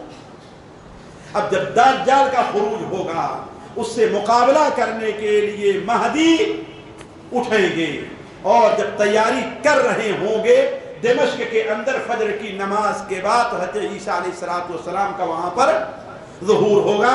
خیر، اس سلسلے میں بات لمبی ہے، لیکن ایک بات اور میں آپ کے سامنے رکھ کر کے اپنی بات ختم کرتا ہوں، جس کو سمجھنا بہت ضروری ہے۔ دیکھیے، جو کچھ ہم نے مہدی کے تذکرہ اور حدیثوں میں پڑھنے کے بعد جو کچھ ہم نے سمجھا ہے، اس میں چند باتوں کے اوپر بڑی توجہ دینی۔ پہلی بات، مہدی کے ہاتھوں یا جس جماعت کی مدد کے لیے مہدی نکلیں گے ان کے ہاتھ پر بیت المقدس فتح ہوگا۔ لہذا اب اگر کوئی شخص دعویٰ کرتا ہے مہدویت کا اور بیت المقدس اس کے ہاتھ فتح نہیں، تو کیا ہے وہ؟ جی جھوٹا ہے، یا تو اس کو دھوکہ دیا گیا ہے۔ اس کو ہم نے جو تفصیل بیان کی ہے آپ لوگوں نے اس سے اندازہ لگایا ہوگا۔ دوسری چیز، مہدی ہی کے زمانے میں ملحمہ و خورید لڑائی ہوگی، وہ خورید لڑائی ہوگی جس کے بارے میں آپ نے بیان فرمایا کہ اتنے مقتولین ہوں گے کہ چڑیا اس کو پار نہیں کر پائے گی اور وہیں پر بے ہوش ہو کر کے ان کی بدبو سے گر جائے گی۔ کتنے لوگ مارے جائیں گے۔ ظاہر بات ہے، ابھی ہم نے کہا کہ 900 میں سے کیا آدمی بچے گے؟ مسلمانوں میں سے ایک آدمی بچا ہے۔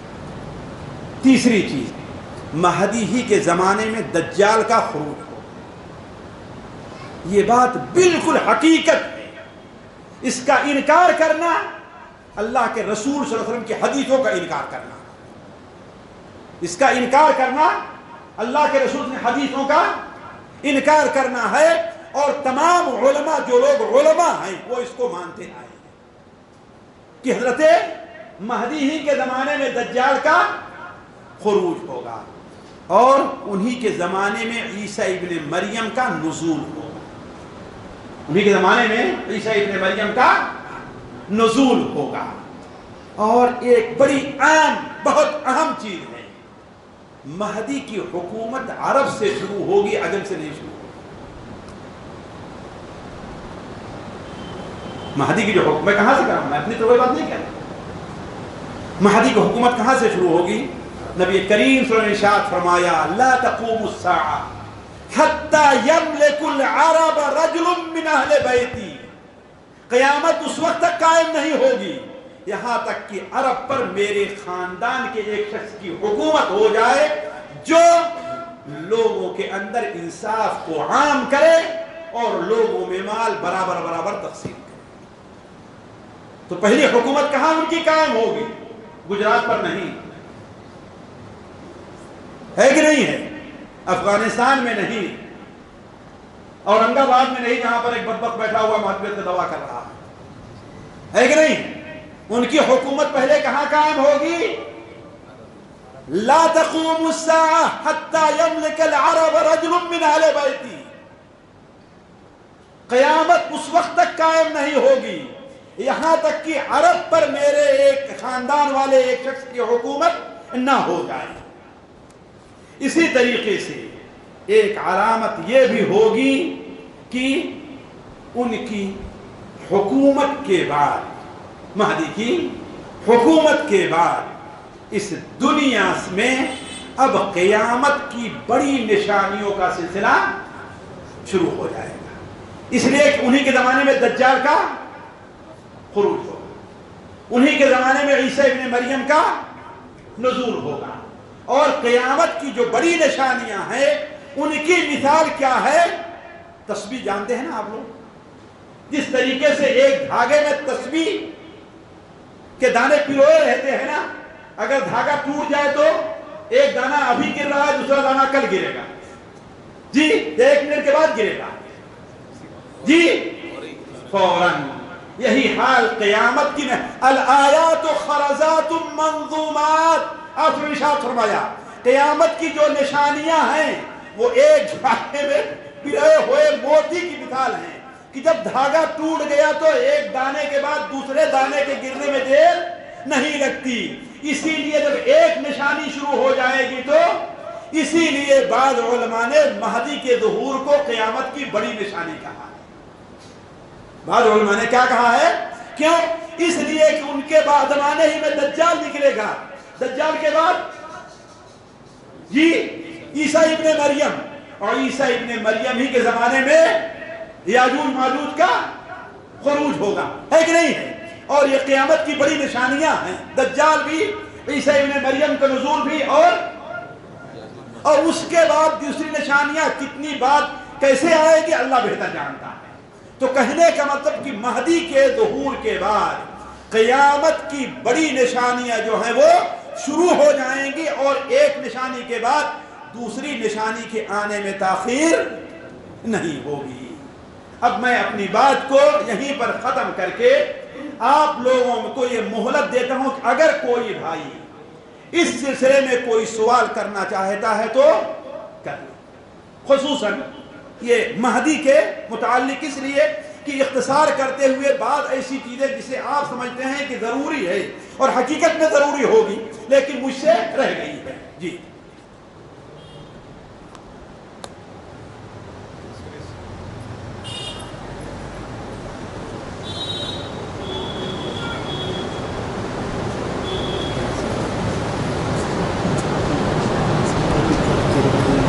اچھا،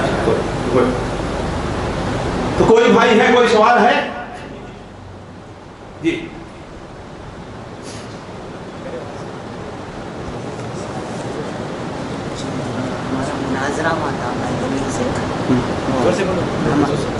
ہمارا مناظرہ ہوا تھا مہدویوں سے، جو ابو داؤد صحیح مسلم کی عربی کے جو الفاظ ہیں نا، سیکنڈ وقت سیکنڈ ٹائم امام مہدی کا ذکر نہیں ہے، صرف امام کا ہے. وہ کنورزیشن عربک میں گرامر میں.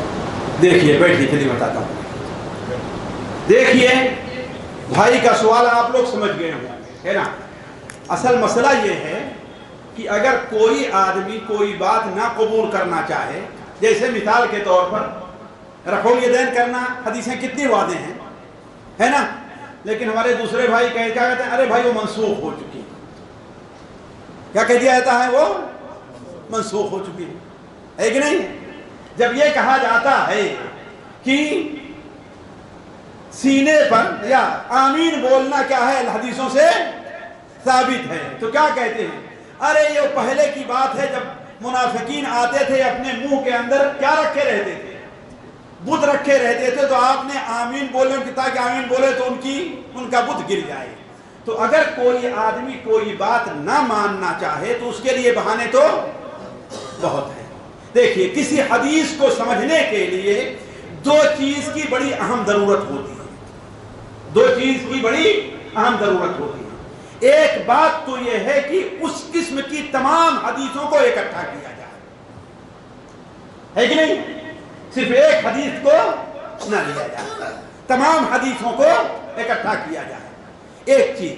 دوسری چیز کہ اہل علم، جو اہل علم رہے ہیں، یہ نہیں جن کو ہم اپنے طور پر عالم بنا لیں، ہے کہ نہیں؟ ورنہ ہر ماں کے نزدیک اس کا بیٹا سب سے خوبصورت رہا کرتا ہے بات غلط ہے، ناک بہ رہی ہے، کالا کلوٹا ہے، لیکن کیا کہ میرا ہیرا ہے، میرا لال ہے، یہ غلط بات ہے، صحیح ہے نا؟ ہر ماں کو اپنا بیٹا ہے نا، اور ہر بیٹے کو اپنا باپ سب سے مالدار لگتا ہے، چھوٹا بیٹا ہے نا۔ عربی کی مثل ہے ان ابانا علی کل شیء قادر، ہمارا باپ ہر چیز پر، بیٹا اپنے باپ سے سب کچھ مانگے گا، جو باپ کی استطاعت میں ہے وہ بھی، جو نہیں استطاعت میں ہے وہ بھی۔ لیکن یہ کیا ہے؟ یہ لا علمی اور بیوقوفی کی دلیل ہے، یا جذبات اور محبت کی دلیل ہے، حقیقت یہ نہیں ہے کہ نہیں؟ حقیقت یہ نہیں ہے۔ تو اصل بات یہ ہے کہ احادیث کو سمجھنے کے لیے ان علماء نے جنہوں نے حدیث پر کتابیں رکھی ہیں، لکھی ہیں، حدیث پر کتابیں لکھی ہیں، اس حدیث کو کس حدیث کے ساتھ ملایا ہے، ان احادیث کو، ان علماء کے اقوال کو اولیت حاصل ہوگی بعد کے لوگوں کے اوپر، ہے کہ نہیں؟ غلط کہہ رہا ہوں؟ ان دو چیزوں کو اگر آپ لیں، ذرا یہ کہیں کہ سنن ابو داؤد، اگر کہیں تو میں موبائل سے ابھی نکال کر کے دکھاؤں، سنن ابو داؤد میں یہ حدیثیں جس میں ہم نے بیان کی مہدی کا ذکر ہے، لیکن امام مہدی نے کس باب میں ذکر کیا ہے؟ باب جاء فی المہدی، مہدی کے بیان، کتاب المہدی میں ذکر کیا۔ امام ابو داؤد نے کس کتاب میں ذکر کیا ہے؟ کتاب اس کا مطلب کیا ہے؟ کس حدیثوں سے مراد کون ہے؟ مہدی ہے، نہ کہ کوئی دوسرا ہے۔ اور جب ان حدیثوں کو جمع کریں، جن حدیثوں کو اللہ کے رسول نے اس سلسلے میں بیان کی ہے، کہیں مہدی کا نام لیا ہے، کہیں ان کی صفات بیان کی ہے، کہیں ان کے کارنامے بیان کیے ہیں، ہے کہ نہیں؟ ان تمام چیزوں کو جمع کریں تو مہدی کے علاوہ کسی اور کے اوپر وہ چیز صادق نہیں آتی، کسی اور کے اوپر وہ چیز صادق نہیں آ رہی ہے۔ اس مثال کے طور پر میں آپ لوگوں سے بتاؤں، من الذی یصلی ابن مریم خلفہ، عیسیٰ ابن مریم جس کے پیچھے نماز پڑھیں گے وہ ہماری امت کا ایک فرد ہوگا۔ یہاں مہدی کا نام تو نہیں ہے نا جی؟ نہیں ہے نا مہدی کا نام، لیکن ہم کیوں کہتے ہیں اس سے مراد مہدی ہیں؟ کیوں؟ وجہ کیا ہے؟ اس لیے کہ علماء نے تمام حدیثوں کو جمع کیا ہے، اور مسند حارث ابن ابی اسامہ کے اندر، مسند حارث ابن ابی اسامہ کے اندر صراحت کے ساتھ ہے، یقول امامہم المہدی، ان کے مسلمانوں کے امام مہدی کہیں گے تیسن آئیے نماز پڑھائیے۔ کیا کہیں گے؟ آئیے نماز پڑھائیے۔ تو مہدی کا نام آیا کہ نہیں نام آیا؟ تو علماء جب کسی حدیث کی تشریح کرتے ہیں تو اس سے متعلق تمام حدیثوں کو اکٹھا کر کے پھر کوئی نتیجہ اخذ کرتے ہیں، ہے نا؟ اور اگر کوئی کسی کی بات نہ ماننا چاہے تو آپ اس کو منوا نہیں سکتے ہیں۔ ایک لطیفہ ہے نا، لیکن زور سے نہ ہنسیے گا۔ ایک صاحب تھے، بڑے بزرگ بنتے تھے، اور جنگل میں نکل جایا کرتے تھے اور اپنا وظیفہ جپتے رہتے تھے، یہاں تک کہ اپنے پیر کے پاس گئے۔ ایک دن ایسا ہوا کہ پیر نے ان کو وظیفہ سکھا دیا اور آسمان پر اڑنا شروع کر دیا۔ بڑے صاحب کرامت تھے، لیکن ان کی بیوی ان کی کوئی بات مانتی نہیں تھی، اور گھر میں لڑائیاں۔ کہا کہ اچھا آج میں ایسی کرامت دکھلاؤں گا کہ تو بھی جو ہے میری بات ماننے کے لیے تیار، میری کرامت کو تو بھی مان لے گی۔ کہا چلو چلو، تم ایسے صاحب کو بہت لوگوں کو دیکھا، بہت لوگوں کو دیکھا۔ گئے وہاں پر جپنا شروع کیا، پھر جب کر بس اڑنا شروع کر دیا، اڑتے اڑتے اڑتے اپنے گھر کے پاس آئے اور واپس چلے گئے۔ بیوی نے دیکھا کہا کہ ہاں ولی یہ ہوتا ہے، ہمارے تو ایسے ہی دعویٰ کرتے ہیں کہ ہاں ہمارے اندر یہ کرامت ہے۔ واپس آئے بھی دروازے پر ایک لان تان کرنا شروع کر دیا، تم کیسے ولی ہو، جھوٹے ولی ہو، ولی تو آج ہم نے دیکھا ایسے اڑتے ہوئے اپنے گھر کے اوپر۔ کہا کہ اچھا محترمہ ہم پھنس گئی نا، مان گئی نا کہ میں اللہ کا ولی ہوں۔ اب وہ کیسے؟ ہاں میں تو تھا، اڑ رہا تھا۔ کہا اچھا تم ہی تھے، تبھی تو تھوڑا سا ٹیڑھے اڑ رہے تھے، سیدھے نہیں ہو پائے۔ ہمارے بھائی شیخ دفعہ جاتے ہیں آپ لوگ نا، ہے کہ نہیں؟ بنارس میں ایک جگہ ہے لوہتا، وہاں رات کو تقریر کیے، جانتے ماشاءاللہ ان کی تقریر ہے کہ نہیں؟ اللہ تعالیٰ آواز کو باقی رکھے، ان کی نظر بد سے بچائے، ہے کہ نہیں ہے؟ تقریر کر کے کہیں بیٹھے تو ایک شخص آیا اور کہتا ہے کہ ہاں ماشاءاللہ ہم اہل سنت کے علماء ایسے ہی تقریر کرتے ہیں، وہابیوں کے عالم کیا تقریر کرنا جانے۔ بھائی تھے، مجھے شرارت سوچی، ہم نے کہا کہ لیکن چچا میں بھی وہابی ہوں۔ کہا میرا یہ کہنا تھا، سب چپ اٹھا۔ کہا تبھی تو تم سے کم بنا ہے تقریر کرتے ہیں، ابھی کمی رہ گئی۔ جو کوئی کسی کی بات نہ ماننا چاہے بھائی وہ کیا کریں گے، لیکن انصاف کا متلاشی ہو، احادیث رسول کو سمجھنے کی کوشش کرے، صرف اپنے ایک عالم کے بیان پر نہیں۔ علماء نے جو پہلے کتابیں لکھی ہے، جس وقت ابھی کسی نے مہدیت یعنی ان لوگوں نے دعویٰ نہیں کیا تھا، انہوں نے کیا سمجھا ہے اسے کیا سمجھا، اس لیے کہ ان کا علم ہم سے زیادہ کیا سمجھا ہے، اسی روشنی میں ہم سمجھیں۔ جی امام مہدی کو امام بولنا کمپلسری ہے کہ ایک صاحب کا اختلاف ہوا تھا ہمارے کسی دن پہلے، وہ کہہ رہے تھے کہ امام نہیں بولا، مجھے سمجھا ہے بھائی امام بول دیا تو کفر ہو گیا۔ بھائی کا سوال ہے کہ امام مہدی کو امام بولنا کیا مناسب ہے؟ بولیے نہ بولیے، ہے نا، لیکن یہ ہے کہ وہ مسلمانوں کے امام بنے۔ ہم امام بول کر کے وہ شیعوں والے امام نہیں مراد لے رہے ہیں، ہم تو یہ کہہ رہے ہیں کہ حضرت حسن رضی اللہ عنہ کو اللہ تبارک و تعالیٰ یہ عزت دے گا، من ترک شیئا عوضہ اللہ خیرا منہ، جو اللہ کے لیے کسی چیز کو چھوڑ دیتا ہے اللہ تعالیٰ اس سے بہتر چیز اس کو عطا کرتا ہے کہ نہیں ہے؟ اللہ تعالیٰ نے ان کے ایک خاندان کے شخص کو ایسی حکومت دے گا جو ساری دنیا کے اوپر حکومت کریں گے۔ تو ایک اصطلاحی چیز ہے، کہیے یا نہ کہیے، کوئی اس سے فرق نہیں پڑتا ہے۔ جی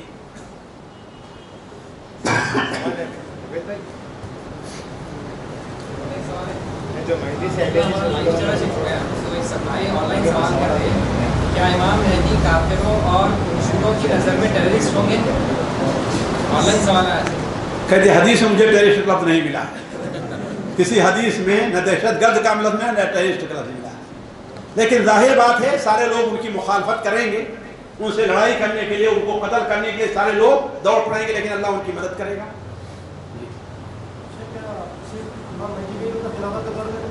جی نبی کریم صلی اللہ علیہ وسلم نے کہا یملک الارض ستا او سبعا او تسعا سنین، سن ابو داؤد مسند احمد وغیرہ میں روایت ہے، حضرت ابو سعید خدری کی روایت ہے کہ زمین کے مالک حاکم بنیں گے، بادشاہ بنیں گے، خلیفہ بنیں گے 6 سال یا 7 سال یا 9 سال، لیکن راجح روایت کیا ہے 6 یا 7 کی، 6 یا 7 کی۔ جی تو ان کو جو ہے حکومت ملے، مسلمانوں کے حاکم وہ رہیں گے۔ جی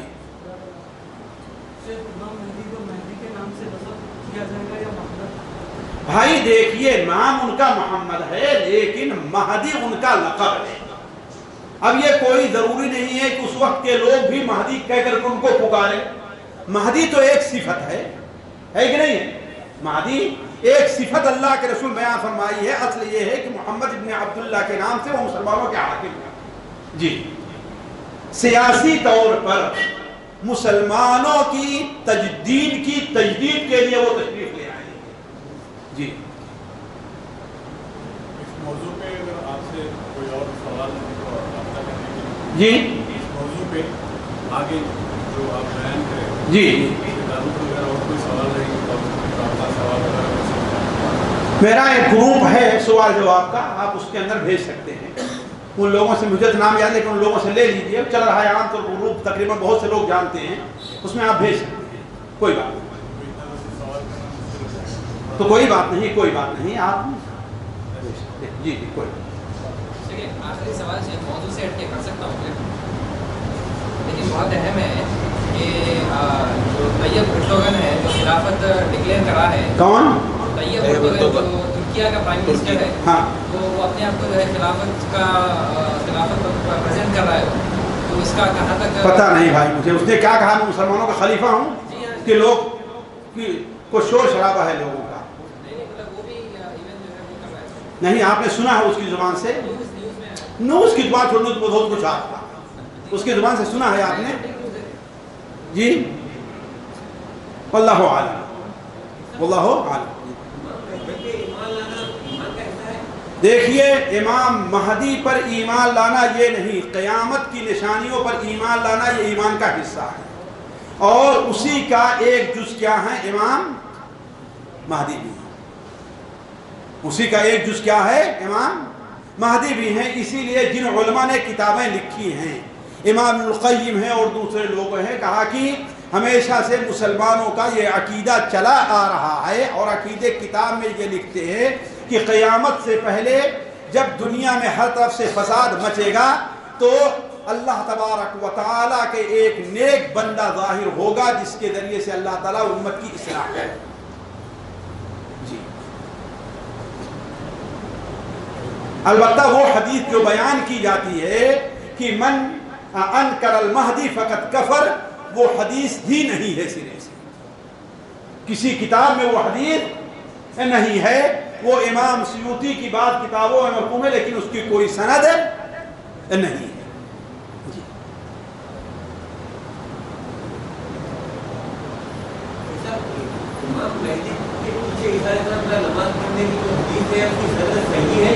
بالکل صحیح ہے. صحیح بخاری اور صحیح مسلم میں ہے کہ ہماری امت کا وہ شخص ہے جس کے پیچھے عیسیٰ ابن مریم نماز پڑھیں گے. میرے عزیز وہی تو ہم نے کہا، آپ نے توجہ نہیں دی. ہم نے کہا کسی حدیث کو سمجھنے کے لیے دو چیز کی ضرورت پڑتی ہے، دو چیز کی ضرورت. ایک بات یہ ہے کہ اس ضمن کی تمام حدیثوں کو اکٹھا کیا جائے، تمام حدیثوں کو اکٹھا کیا جائے کہ یہ چیز کیا کسی پر ثابت آ رہی ہے کہ نہیں آ رہی ہے، ایک چیز. دوسری بات یہ ہے کہ علماء نے شروع ہی سے لے کر کے حدیث کی جن لوگوں نے شرح لکھی ہے اس سے کس کو سمجھاؤ کس کو مراد لیا ہے. امام القیم رحمہ اللہ نے اس موضوع کو چھیڑا اور اپنی کتاب المنار المنیف میں بسند صحیح، علامہ البانی بھی اس کو صحیح مانتے ہیں، نقل کیا کہ یقول امامہم المہدی تعال صلی بنا، ان کے امام مہدی کہیں گے آؤ اور ہمیں نماز پڑھاؤ. تو عیسیٰ ابن مریم کہیں گے نہیں تمہارے ہی لیے اقامت کہی گئی ہے، تم نماز پڑھاؤ. تو وہ نماز تو عیسیٰ ابن مریم ان کے پیچھے پڑھیں گے، پھر اس کے بعد مسلمانوں کی قیادت اور امامت حضرت عیسیٰ ابن مریم کے ہاتھ میں ہوگی. لیکن پہلی نماز ان کے پیچھے پڑھ کر کے یہ بتلا دیں گے کہ میں اب مستقل اپنی پہلی نبوت کے اوپر نہیں ہوں، میری نبوت باقی ہے، لیکن اب میں ایک دوسرے نبی کی تعلیمات کا پابند ہوں، میں الگ سے اب کوئی شریعت لے کر کے نہیں آیا. یہ ثابت کر دینے کے بعد کیا ہے؟ حضرت عیسیٰ ابن مسلمانوں کی قیادت سنبھالیں گے، وہی نماز بھی پڑھائیں گے، وہی جہادی زندگی کے اندر لوگوں کے بھی امام رہیں گے. جی یہ جو بھی بات ہم نے کہی یہ میری نہیں ہے، علامہ البانی نے بھی یہ بات ذکر کی ہے. پہلی نماز عیسیٰ ابن مریم ان کے پیچھے پڑھیں گے، پھر اس کے بعد عیسیٰ ابن مریم امامت کریں گے. جی اس لیے کہ بعض روایتوں سے پتہ چلتا ہے کہ حضرت عیسیٰ ابن مریم لوگوں کو نماز پڑھا رہے ہوں گے، جیسا کہ القصۃ المسیح الدجال کے اندر حدیثوں کو نقل کیا. علامہ البانی نے کہا کہ جیسے سلام پھیریں گے تو اللہ تعالیٰ کا دشمن دجال کیا ہے وہ سامنے دکھائی دے گا اور بھاگنا شروع کرے گا. جی تو اس سے معلوم یہ ہوا کہ دمشق میں نماز کس کے پیچھے پڑھائیں گے, لیکن پھر اس کے بعد آئیں گے خود ہی نماز پڑھائیں گے, اور فلسطین میں نماز پڑھا رہے ہوں گے کہ دجال سے مقابلے کا وقت آ جائے.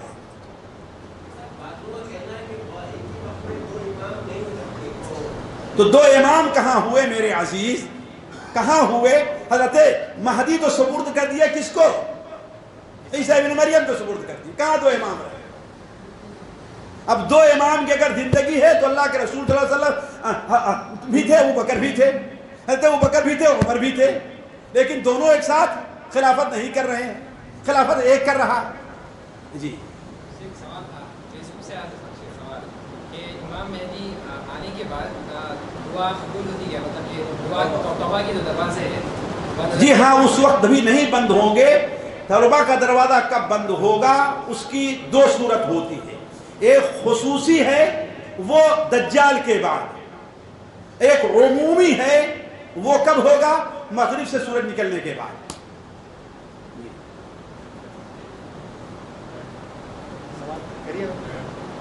بولیے.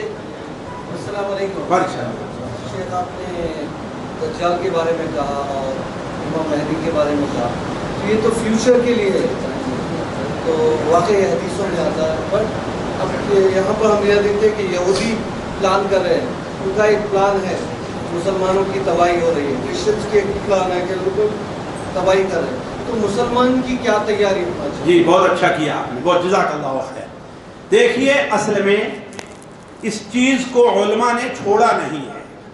علماء یہ کہتے ہیں کہ اس انتظار میں بیٹھے رہنا یہ بہت بڑی بیوقوفی ہے کہ جب مہدی آئیں گے تو ہم ان کے ساتھ لڑکے نہیں.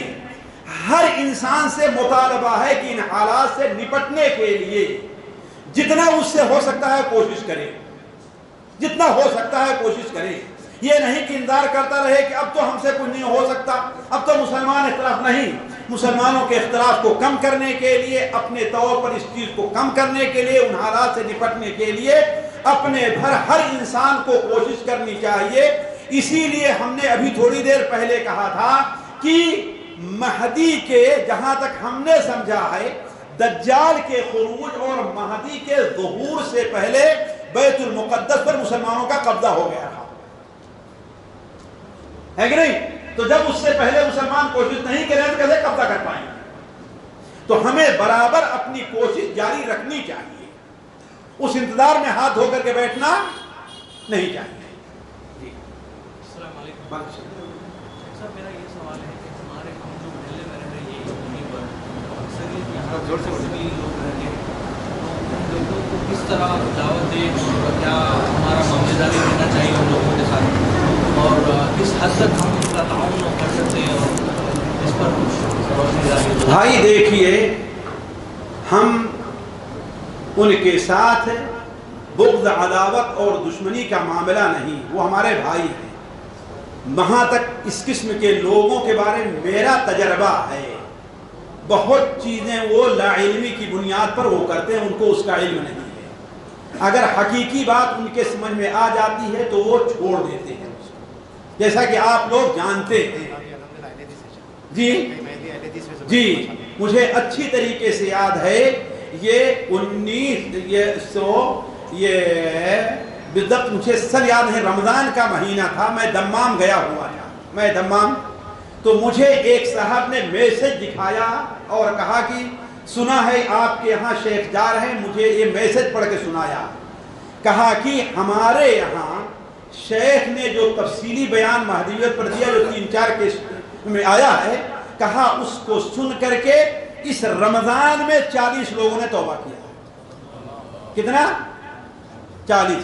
تو ہمیں ان سے عداوت اور نفرت نہیں رکھنی چاہیے, ہمارے بھائی ہیں.